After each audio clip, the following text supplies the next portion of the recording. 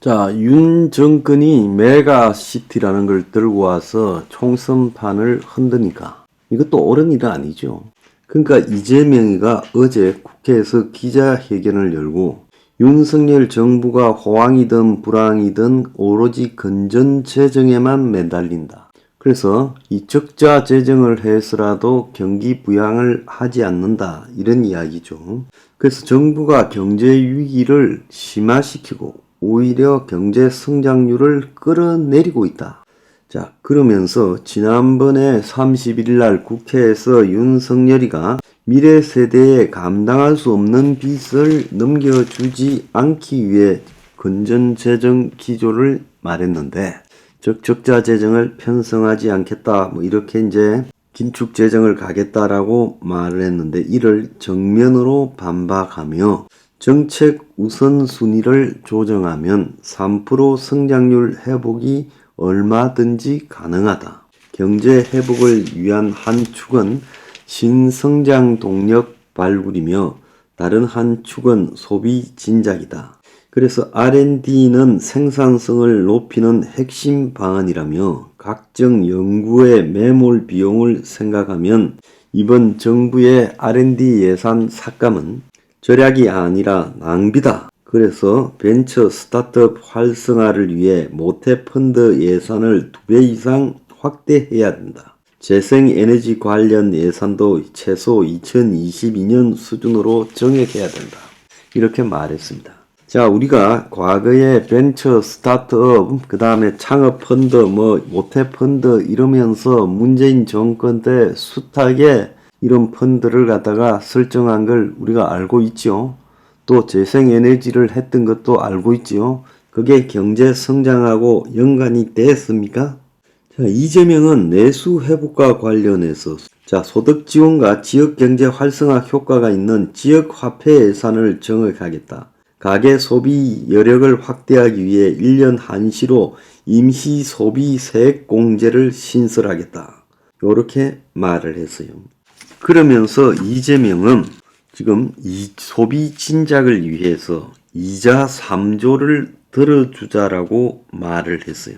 3조 원의 이자 부담 완화를 위한 민관 프로그램, 1년 한시 임시 소비세액 공제 프로그램 신설, 지역 화폐 예산 정액 계속 사업화 필요, 모태펀드 예산 2배 이상 확대, 국내 재생에너지 산업 활성화 예산 정액, 전세 대출 이자 부담 완화, 월세 세액 공제, 대중교통 청년 3만원 패스 신설. 자, 그러면서 이걸 가지고 3% 성장을 하겠다고 말을 합니다.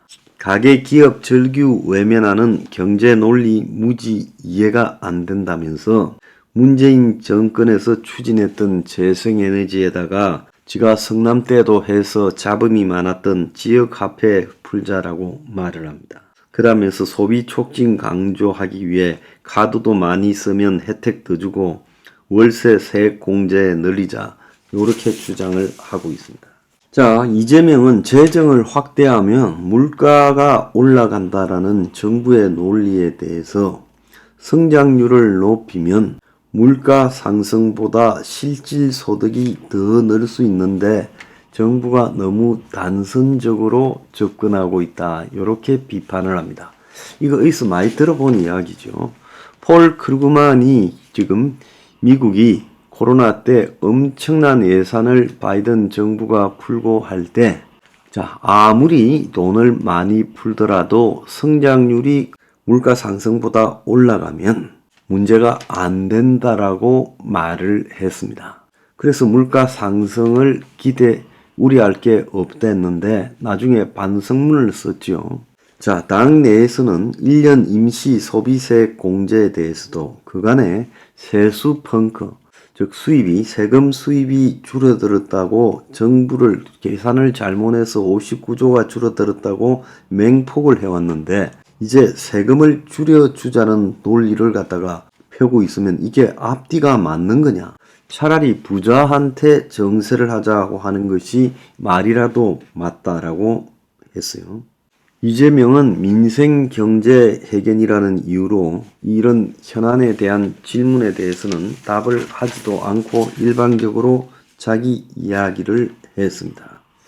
나는 이재명한테 묻고 싶은 게요. 이재명의 과거 성남시장 때 지역화폐를 발행하고 법인카드를 써제끼고 자기 측근들을 성남시에 다 배정하고 축구단을 만들어 놓고 축구단에 돈 내면 토지 용도 변경이나 인허가 등의 편의를 주어주고 또 성남시에 금고로 지정해주고 백현동이나 대장동, 위례, 청자동에서 업자들을 배를 불려주고 그리고 또 대선에 되기 위해서 쌍방울이라는 조폭 기업인들과 이렇게 자기 부하가 친하게 지내면서 북한에 송금을 하고 이런 일을 했습니다.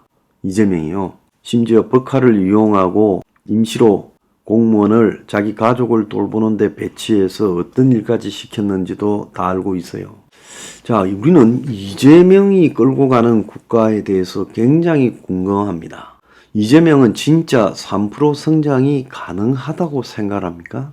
지금 이런 시대에 한국이 이재명의 말대로 소비를 진작시키는 이자를 감면시켜주고 돈을 풀면 그래서 적자 재정을 유지하면 3% 성장을 해서 성장이 물가 상승을 압도해서 성장해서 나오는 그런 이익이 결국은 적자 재정을 편성한 부분에 문제들을 다 덮을 수 있다고 생각을 합니까? 그래서 문재인 정권 때는 성장을 했습니까? 소득주도 성장 이야기를 했지만은 소득이 늘어나고 그것이 성장을 견인했습니까?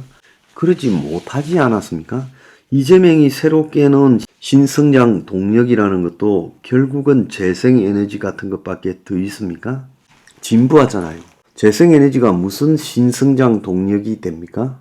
윤석열의 경제를 비판하는 것은 좋은데 이재명의 경제의 실체가 뭐냐는 겁니다. 그냥 돈 퍼주고 이자 감면시켜주고 수당 주고 이런 기본 시리즈가 이재명의 경제의 핵심입니까? 여태까지 어설픈 한국의 좌파 경제학의 모든 것들을 집대성하긴 게 지금 이재명이가 이야기하는 이재명식 경제의 핵심 아닙니까? 솔직히 국민들한테 신성장 동력을 발굴하면 3% 성장이 가능하다라고 사기치는 것도 잘못이지요. 대통령이 되려고 한다면요, 이제는 성장이 불가능한 시대가 됐다라는 것을 인정하고 그야말로 성장하는 말을 접고 현상을 유지시켜 나가고 더 악화되지 않도록 최선을 다해서 막는 것이 상책이라는 그런 관점을 가져야 되죠. 현실을 제대로 봐야죠. 지금 한국을 둘러싼 어느 요소에 우리가 성장할 만한 건덕지가 있습니까? 전 세계가 지금 성장할 만한 건덕지가 어디에 있습니까?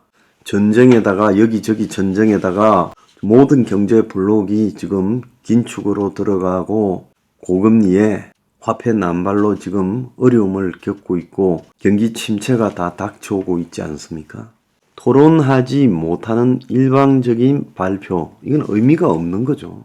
이재명은요, 그냥 머릿속에 들어있는 아마추어식 생각들을 끄집어내서 국민 앞에 늘어놓는데 이거 전부 다 지금 족보들 아닙니까? 이재명이 해왔던 족보들요. 성남시에서 이런 것들이 통하지 않는다라고 입증이 되었고 이재명식 개발 방식도 틀린 게 입증이 되었고 이재명식의 도덕성도 입증이 되었습니다. 뭘 더 입증을 하고 싶어서 또 엉뚱한 소리를 하는 겁니까? 이재명이 원하는 경제의 실체는 저는 솔직히 말하면 없다라고 보고 있습니다. 기존에 퍼주는 거 말고요.